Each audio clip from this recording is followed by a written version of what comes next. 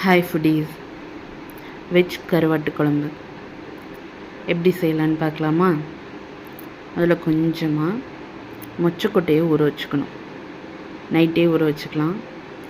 அதை குக்கரில் ஒரு நல்லா 4 விசில் வர வரைக்கும் போட்டு எடுக்கணும். அப்புறம் கடாயில் எண்ணெய், கருவடுவம் தாளித்தா நல்லாயிருக்கும். இப்போ நம்ம ஃபிஷ்ஷுக்கு பதிலாக கொத்தரங்காய் வத்தல் ஆட் பண்ண போகிறோம். இல்லை நம்ம இதை நான்வெஜ்ஜில் பண்ணோன்னா அது ஸ்ட்ரெயிட்டாக நம்ம கருவாடையே நல்லா வெந்நீரில் கழுவிட்டு ஆட் பண்ணிக்கலாம். இப்போ நான் கொத்தரங்காய் வத்தல் ஆட் பண்ணுறேன்.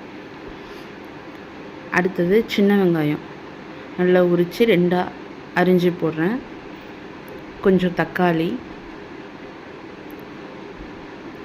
நல்லா வதங்கினதுக்கப்புறம் ஒரு 8 பல் பூண்டு,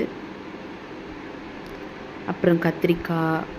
நான் கத்திரிக்காயும் முருங்கைக்காவும் போடுறேன். உங்களுக்கு பிடிச்ச காய்கறி உருளைக்கிழங்கு இந்த மாதிரி ஏதாவது போட்டுக்கலாம், ஆட் பண்ணிக்கலாம். நான் அதுக்கப்புறம் வீட்டில் அரைச்ச குழம்பு மிளகாத்தூள் ஒரு 2.5 ஸ்பூன் போடுறேன். ஏன்னா எங்கள் குழம்பு மிளகாத்தூளை காரம் கொஞ்சம் கம்மியாக தான் இருக்கும். நல்லா வதங்கினதுக்கப்புறம் கொஞ்சம் கருவேப்பிலை, வேக வச்ச அந்த மொச்சையை சேர்க்கணும். தண்ணியை ஊற்றிடாதுங்க, எடுத்து வச்சுக்கிங்க. கொஞ்சமாக உப்பு ஆட் பண்ணிக்கோங்க. அந்த மொச்சை வேக வச்ச தண்ணியை தான் நம்ம இதில் தண்ணியாக ஆட் பண்ணுறோம். நம்ம வேறு தண்ணி எதுவும் இதில் சேர்க்கல. அப்புறம் புளி கரைசல் கொஞ்சம் ஊற்றிக்கிறோம்.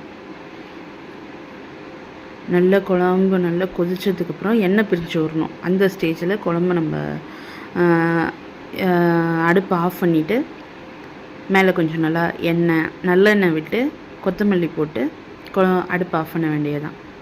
நமக்கு அருமையான வெஜிடேரியன் கருவாட்டு குழம்பு ரெடி. இதுக்கு நீங்கள் இந்த கொத்தனார் வத்தலுக்கு பதிலாக கருவாடு போட்டிங்கன்னா நான்வெஜ். அவ்வளோதான். ஈஸியாக செய்யலாம். ட்ரை பண்ணி என்ஜாய் பண்ணுங்கள். Thank you all.